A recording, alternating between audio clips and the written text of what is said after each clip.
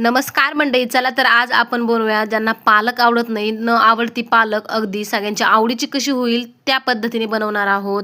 चला तर मग इथे पालक चिरून घेतलेला आहे स्वच्छ, नंतर धुवून घेतला. एका कढईमध्ये 1 ग्लास पाणी टाकलं, त्यामध्ये पालक शिजायला ठेवलेला आहे. तोपर्यंत 2 कांदे 1 टोमॅटो बारीक कट करून घेतला. अशा पद्धतीनं ते एका कढईमध्ये टाकून घेतलं, त्यामध्ये तेल टाकलं, थोडं परतून घेतलं.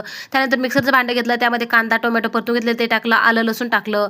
त्यानंतर त्याच पेस्टमध्ये आपण पालक जो शिजून घेतला ना तो सुद्धा टाकून घेतला आणि अगदी गरगट्टा अशा पद्धतीने करून घेतला. त्यानंतर अमूलचं इथे पनीर घेतलेलं आहे, स्वच्छ धुवून घेतलं. त्यानंतर अशा पद्धतीने याला कट करून घ्यायचं आहे.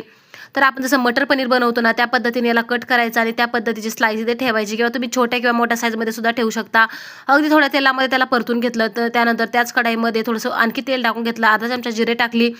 इथे धना पावडर टाकून घेतली, लाल तिखट टाकलं, हळद टाकली, गरम मसाला टाकला, घरगुती मसाला टाकला आणि कांदा लसूण मसाला टाकला. त्यानंतर थोडीशी आलं लसूण पेस्ट सुद्धा टाकून घेतली, छान परतून घेतलं. त्यानंतर जी प्युरी तयार करून घेतली होती कांदा टोमॅटो आणि पालकाची, ती टाकून घेतली. छान गॅस कमी करून छान असं परतून घ्यायचं आहे. तर बघू शकता अशा पद्धतीने ही पेस्ट दिसत आहे. त्यानंतर यामध्ये चवीनुसार मीठ टाकायचं. त्यानंतर पनीरसुद्धा टाकून घ्यायचं आहे आणि आपला कशी घट्ट किंवा पातळ कशी हवी ना त्यानुसार ही भाजी बनवून घ्यायची.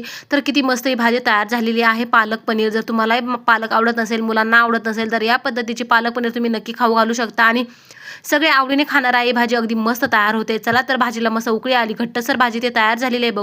बघू शकता रेस्टॉरंटपेक्षा सुद्धा मस्त इथे भारी ते भाजी तयार झालेली आहे. तर कशी वाटली तुम्हाला कमेंटमध्ये सांगा. व्हिडिओ आवडल्यास लाईक शेअर करा. चला भेटूया नेक्स्ट व्हिडिओमध्ये. तोपर्यंत धन्यवाद.